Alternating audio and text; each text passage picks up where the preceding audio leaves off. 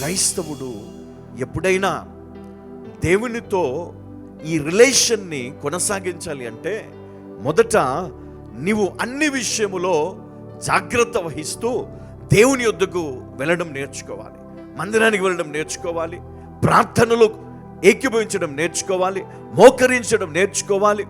ఎప్పుడు ఎంత ఎదిగినా దేవుడికి మనం ఎప్పుడు కూడా మనం ఎక్కడ ఉండాలి? ఆయన పాదాల దగ్గరే ఉండాలా కదా. ఎంత ఎదిగినా, ఎంత ఉన్నత స్థానములో ఉన్నా మనము దేవుని దగ్గర, మనము ఆయన పాదాల దగ్గర ఉన్నప్పుడు ఆయన ఏం చేస్తాడంట? మన యొద్దకు ఆయన వస్తాడు. హల్లెలూయా. మనము ఆయన దగ్గరికి వెళ్ళాలా అంటే మనల్ని మనం తగ్గించుకొని, నేను రాజైనా, నేను ఎవరినైనా, నినివే కోసము ఆ రాజు ఏం చేశాడంటే ఉపవాస దినం ప్రకటించాడు, ఉపవాసం ఉన్నాడు. దిగొచ్చాడు. మరి మనం గొప్పోలమా? అంతకంటే గొప్పోలం మనం కాదు కదా. మనం దిగి రావాలంట. అప్పుడే దేవుడు నీ యొద్దకు వస్తాడు అని పరిశుద్ధ లేఖనం సెలవిస్తాం. హల్లెలూయా, హల్లెలూయా. అప్పుడు నీవు నీ శరీరమును నువ్వేం చేయగలుగుతావు? నువ్వు అదుపులో పెట్టగలుగుతావు. మరి దేవుడు కృప చూపిస్తాడు. దేవుని కృప లేకుండా, దేవుని చిత్తం లేకుండా నువ్వు కంటిన్యూ చేయలేవు. మధ్యలో ఆగిపోతావు, ఆటంకాలు వస్తాయి.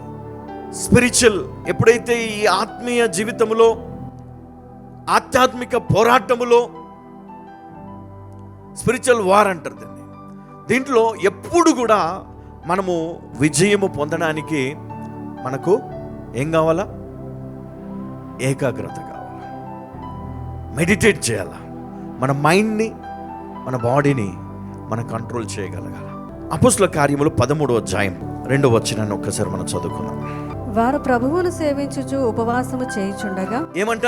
వారు ప్రభువును సేవించుచు ఉపవాసము చేయుచుండగా పరిశుద్ధాత్మ నేను బర్నబాను సౌలును పిలిచిన పని కొరకు వారిని నాకు ప్రత్యేకపరచుడని వారితో చెప్పాను. హల్లెలూయా. దేవునికి మహిమ కలుగును గాక. చూడండి, ఇక్కడ వారు ప్రభువును ఏం చేస్తున్నారంట? సేవించుచు ఉపవాసము చేయుచుండగా పరిశుద్ధాత్మ ఏం చేశాడంట? పరిశుద్ధాత్మ దేవుడు వారితో మాట్లాడాడు.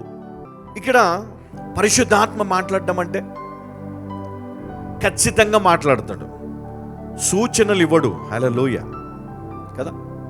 సూచనలు ఇవ్వడు. ఆయన మాట్లాడితే ఖచ్చితంగా చెప్తాడు, డైరెక్ట్గా మాట్లాడతాడు. ఆయన ఏమని చెప్పాడంట? చదవమ్మా. వారు ప్రభువును సేవించుచు ఉపవాసము చేయుచుండగా పరిశుద్ధాత్మ నేను బర్నబాను సౌలును పిలిచిన పని కొరకు వారిని నాకు ప్రత్యేకపరచుడని వారితో చెప్పాను. అంతట వారు ఉపవాసం ఉండి ప్రార్థన చేసి వారి మీద చేతులుంచి వారిని పంపిరి. హల్లెలూయా. చూడండి, ఇక్కడ పరిశుద్ధాత్మ వారితో మాట్లాడాను. ఇక్కడ మనం ఆలోచన చేద్దాం. ఇక్కడ ఏమేమి చూస్తామంటే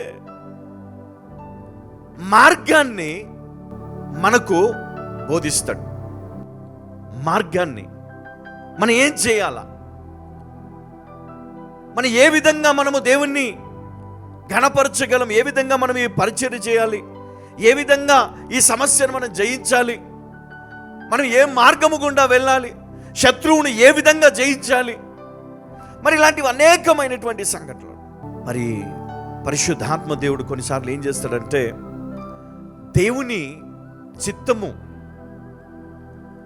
దేవుని చిత్తముతో ఏకీభవించేలాగా మనలను ట్యూన్ చేయగలడు ఆయన. ఎప్పుడు నువ్వు ప్రేయర్లో ఉన్నప్పుడు నీ ఉద్దేశం వేరే, నీ ఆలోచన వేరే, కానీ ఆయన ఏం చేస్తాడు? ఆయన వైపు తిప్పుకుంటాడు. పరిశుద్ధాత్మ దేవుడు మనకు సహాయం చేస్తాడు. హల్లెలూయా. నీ మనస్సును, నీ యొక్క ఆలోచనలు అన్నిటిని కూడా ట్యూన్ చేయగలడు ఆయన. స్వస్థపరచగలడు, స్వస్థతనివ్వగలడు. నీ ప్రార్థనలో నీకు తోడుగా ఉండి నిన్ను బలపరచగలడు. ప్రార్థనలో మనము స్వస్థత, తర్వాత గైడెన్స్ అంటే ఆ దేవుడు పరిశుద్ధాత్మ ద్వారా నిన్ను ముందుకు నడిపిస్తూ ఉంటాడు. దేవుని ఉద్దేశములతో ఏకీభవింపజేస్తాడు. హల్లెలూయా. దేవుని ఉద్దేశములతోటి మనలను ఏకీభవింపజేస్తాడు. అప్పుడు మనం ఏం చేయగలము? దేవుని చిత్తాన్ని మనము జరిగించగలము. యెషయా 58:6 ఒక్కసారి మనం చదువుకుందాం. దుర్మార్గులు కట్టిన కట్లను విప్పుటయు, కాడిమాను మేకులు తీయుటయు, బాధింపబడిన వారిని విడిపించుటయు, ప్రతి కాడిని విరుగగొట్టుటయు నేను ఏర్పరచుకున్న ఉపవాసము కదా. ఏమంటామా? దుర్మార్గులు కట్టిన కట్లను విప్పుటయు, దుర్మార్గులు కట్టిన కట్లను విప్పుటయు, కాడిమాను మేకులు తీయుటయు, కాడిమాను మేకులు తీయుటయు, బాధింపబడిన వారిని విడిపించుటయు, ఆ, ప్రతి కాడిని విరుగగొట్టుటయు ప్రతి కాడిని విరగొట్టుటయు నేను ఏర్పరచుకొని ఉపవాసము కదా. నేను ఏర్పరచుకున్న ఉపవాసము కదా. గుర్తుపెట్టుకోండి, ఆధ్యాత్మిక సహాయము అంటే దేవుడు మనకు ఆయన యొక్క సహాయాన్ని మనకు అందజేస్తాడు. దేవునికి మహిమ కలుగును గాక.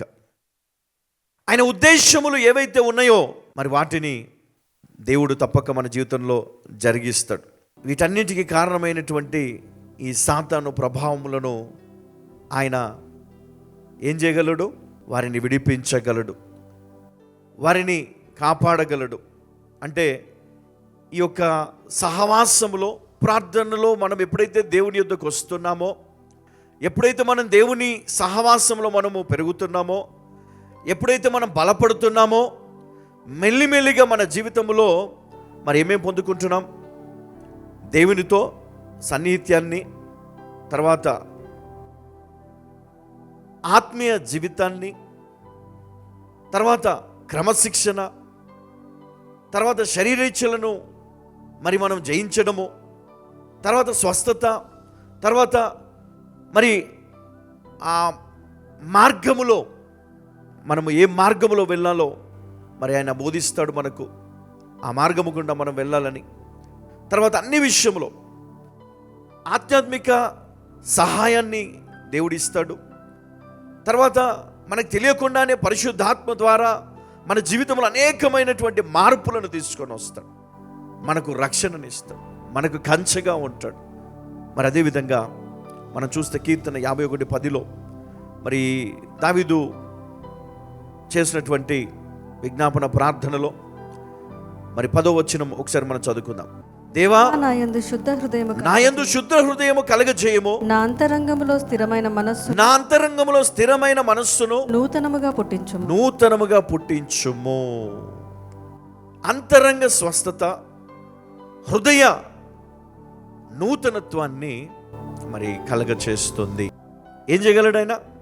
నీ హృదయాన్ని శుద్ధి చేయగలడు. తర్వాత నీ అంతరంగ స్వస్థత దేవుడిస్తాడు.